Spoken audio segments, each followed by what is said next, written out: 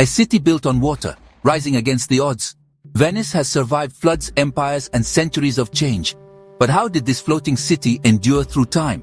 Let's uncover its remarkable story. Venice is a city unlike any other in the world. It's a place built entirely upon water, a collection of small islands linked together by bridges and canals. Instead of roads with cars, Venice has waterways filled with gondolas and boats. This city, often called La Serenissima, which means the most serene, sits in a shallow lagoon on the Adriatic Sea in northeastern Italy. Its very existence is a marvel of human ingenuity. For centuries, visitors have been amazed by its beauty, its unique architecture, and the magical feeling of a city that seems to float between the sky and the sea. The story of how this incredible place came to be is a fascinating journey back in time. The origins of Venice are rooted in a time of great fear and uncertainty.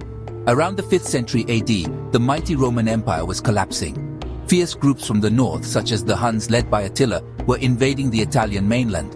The people living in the Roman cities of the Veneto region were terrified. To escape these violent attacks, they fled their homes in search of a safe place. They found refuge in the marshy, inhospitable islands of the Venetian lagoon. This watery maze was their best defense, as the invaders' horses could not cross the treacherous mudflats and deep channels, making it a natural fortress against their enemies. Building a city in such a challenging environment was an incredible feat of engineering. The early Venetians did not have solid ground to build upon. Instead, they had to create it themselves. They drove thousands upon thousands of long wooden poles, made from strong trees like oak and alder, deep into the mud and sand below the water. These poles reached the harder clay beneath, creating a stable foundation. On top of this dense forest of underwater stilts, they laid wooden platforms. It was upon these man-made foundations that they constructed their houses, churches, and palaces, seemingly defying the laws of nature by building a magnificent city directly on the water. This unique location, born out of a need for safety, would eventually become the source of Venice's greatest strength. Being isolated from the mainland protected the city from political turmoil and invasions that plagued the rest of Italy for centuries. At the same time, its position in the Adriatic Sea gave it direct access to the major sea routes of the Mediterranean. This perfect placement between Western Europe and the rich empires of the East, like the Byzantine Empire, set the stage for Venice to grow from a small refugee settlement into one of the most powerful and wealthy cities in the world, a destiny built upon water and courage. As the centuries passed, Venice transformed from a simple refuge into a formidable maritime power. The city's leaders understood that their future depended on controlling the seas. They built a massive fleet of ships, not just for trade but also for war. These ships, known as galleys, were powered by both sails and oars, making them fast and maneuverable in battle. The Venetian navy became the most powerful in the Mediterranean, protecting its merchant ships from pirates and rival powers. This control of the sea allowed Venice to establish a vast trading empire, creating a network of ports and colonies that stretched from Italy all the way to the Middle East. The heart of Venice's power was its incredible success in trade. Venetian merchants were skilled sailors and even better businessmen. They sailed to distant ports like Constantinople, Alexandria, and cities along the Black Sea. From the east, they brought back exotic and highly valuable goods that were in great demand in Europe. These included spices like pepper and cloves, luxurious silks, precious perfumes, and fine carpets. They then sold these goods for a huge profit to markets across Europe. This trade made the Republic of Venice extraordinarily wealthy, and the city itself became a bustling, cosmopolitan hub where people, ideas, and cultures from all over the world came together. The government of Venice was also unique. It was a republic led by a ruler called the Doge. The Doge was elected for life, but his power was limited by various councils of nobles and citizens. This system of government was designed to prevent any single person or family from becoming too powerful, ensuring stability for many centuries. This political stability was very rare in Europe at the time, and was a key reason for Venice's long-lasting success.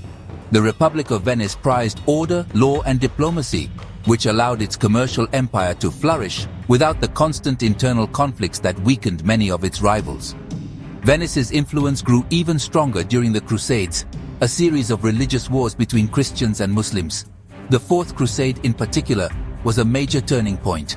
In 1204, the Venetians cleverly diverted the crusading army to attack and conquer the Christian city of Constantinople, the capital of the Byzantine Empire. This event, while controversial, brought immense riches and new territories to Venice. The city acquired priceless treasures, art and relics, further cementing its status as a dominant power.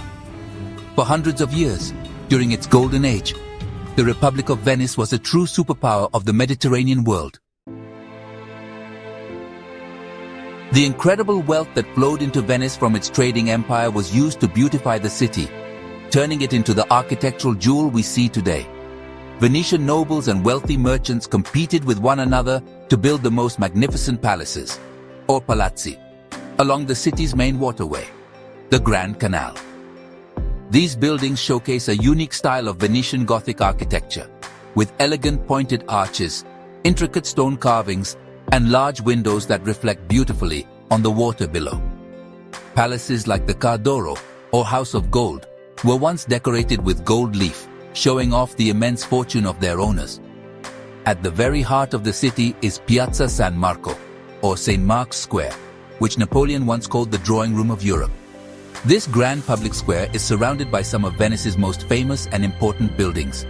The most spectacular of these is St. Mark's Basilica, a breathtaking church with 5 massive domes and a facade covered in shimmering gold mosaics. It was built to house the relics of St. Mark the Evangelist, the city's patron saint. The basilica's design is a stunning mix of Italian and Byzantine styles, a clear symbol of Venice's close historical ties to the East and its status as a bridge between two worlds. Standing tall next to the basilica is the Campanile, the bell tower of St. Mark and S. From its top, one can see a panoramic view of the entire city and the surrounding lagoon. Across the square stands the Doge's Palace, a masterpiece of Gothic architecture that was the center of Venetian government for centuries. This was where the Doge lived and where the Republic's councils met to make their decisions. A famous part of the palace is the Bridge of Sighs, which connects the main palace to the prisons. It is said that prisoners would sigh as they crossed the bridge, taking one last look at beautiful Venice before being locked away. Another iconic symbol of Venice is the Rialto Bridge, the oldest of the 4 bridges that span the Grand Canal. For many years, it was the only way to cross the canal on foot and was the commercial and financial center of the city. The bridge itself is an impressive stone arch lined with small shops, just as it was hundreds of years ago. These landmarks are not just tourist attractions, they are living history. They tell the story of a city that celebrated its power and piety through magnificent art and architecture, creating a timeless landscape that continues to inspire awe and wonder in all who visit. The decline of Venice's power began slowly. The discovery of a new sea route to India around Africa by Portuguese explorers in the late 15th century meant that ships no longer had to pass through the Mediterranean. This shifted the center of global trade from Venice to cities on the Atlantic coast. Furthermore, the rise of the powerful Ottoman Empire in the east created a formidable rival that challenged Venice's control over its territories and trade routes. Over the next few centuries, Venice gradually lost its military and economic dominance. The final blow came in 1797, when Napoleon Bonaparte invaded Italy and conquered the city, ending over 1,000 years of independence for the Venetian Republic. After the fall of the Republic, Venice went through a period of change and uncertainty. It was controlled by France and then by Austria before it finally became part of the newly unified Kingdom of Italy in 1866. During the 19th and 20th centuries, the city's role changed dramatically. It was no longer a great maritime power, but was becoming famous for something else: its incredible beauty and unique history. Writers, artists, and wealthy travelers on the grand tour of Europe began to visit Venice, captivated by its romantic canals and decaying grandeur. This marked the beginning of modern tourism, which would soon become the city's new lifeblood. Today, Venice's economy is almost entirely dependent on tourism. Millions of visitors from all over the world flock to the city each year to glide in gondolas, wander through its narrow streets, and admire its historic art and architecture. While this brings essential income, it also creates significant challenges. The sheer number of people puts a strain on the city's infrastructure, and the local population has been declining as housing becomes too expensive. Venice also faces a serious physical threat from rising sea levels and frequent flooding, known as acqua alta, which endanger its fragile buildings and foundations. The city is in a constant battle to preserve its precious heritage for future generations. Despite these modern challenges, Venice's importance in history remains undeniable. It stands as a powerful testament to human resilience and ambition, a city built in an impossible location that grew to command an empire. Its contributions to trade, art, and government have left a lasting mark on the world. Today, Venice is more than just a city. It is a living museum and a UNESCO World Heritage Site. Its story serves as a reminder of the incredible heights a society can reach through ingenuity and determination, and its enduring beauty continues to capture the imagination of people everywhere, securing its place as one of the most beloved and unique cities in human history.